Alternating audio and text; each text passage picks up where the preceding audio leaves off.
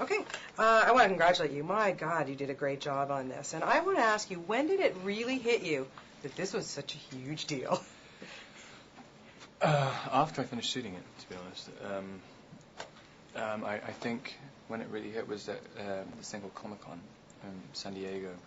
This is kind of fantasy enthusiasts thing. And I literally had no idea. I'd seen stuff on the internet and stuff, but walking into a room where they just projected the word Twilight and 7,000 people just screamed, like, just could not stop screaming. And I remember standing backstage thinking, like, what? Like, and being terrified as I was walking up and just thinking, like, I had no idea this was coming at all.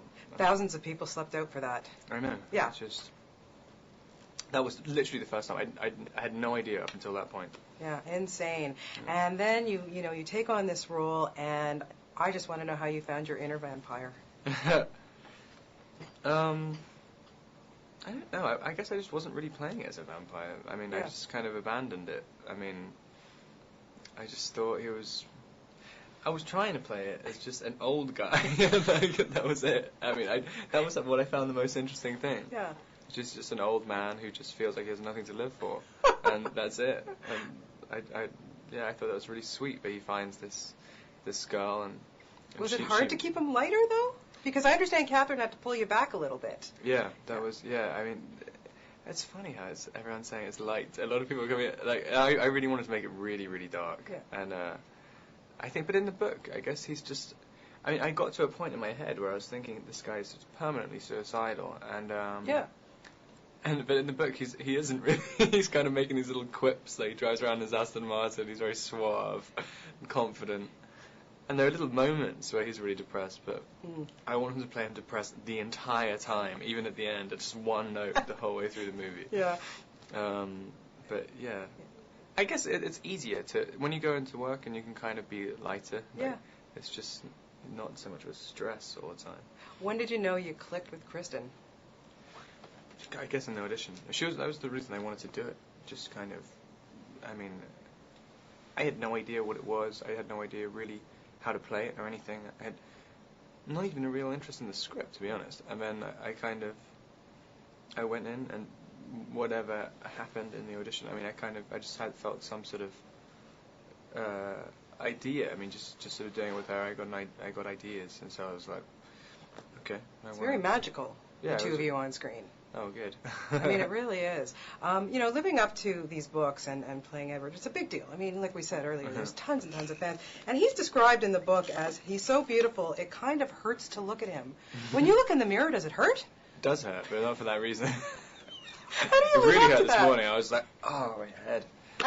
But living up, that's pretty, that's a tough description to live up to, huh? It is. I mean, that's what I got sent the book about 5 months before the audition, and they were saying, read it and do a tape in London and send it. And add to the thing that it's saying, it hurts to look at him. Last year I was really fat as well, and so it's like I was just kind of like, why are you even bothering to ask me to read this thing? I mean, it was kind of embarrassing to even go in for the audition. Yeah. Just even thinking you have a chance is embarrassing.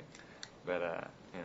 This is pretty well going to catapult you into kind of rock star, superstar status. What's it been like? You've been doing some mall tours, you've been meeting these fans, Comic-Con. How do you control this? How do you feel about all of this?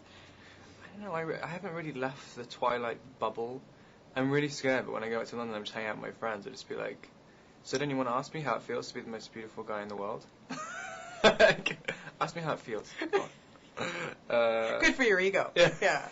I think I don't know what I'll be able to talk about when I get back. I've been doing this for so long. Yeah, and you've done an awesome song on the soundtrack too. Wow, where's this all coming from? All these talents are coming out, Ron. Yeah, I mean, that's what I was doing. I was going to give up acting last year, and I just I was doing music, and the song was just one of the songs I wrote with a friend of mine last year, just in my little apartment in London,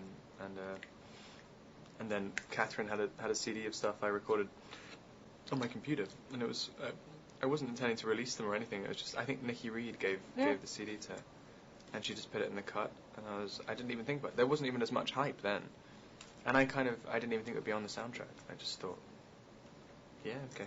Well, congratulations to you. Like I say, you've Thank done you. a spectacular job. Can't wait for the next one. Hold you to it. Congratulations. Great Thanks a lot. meeting you.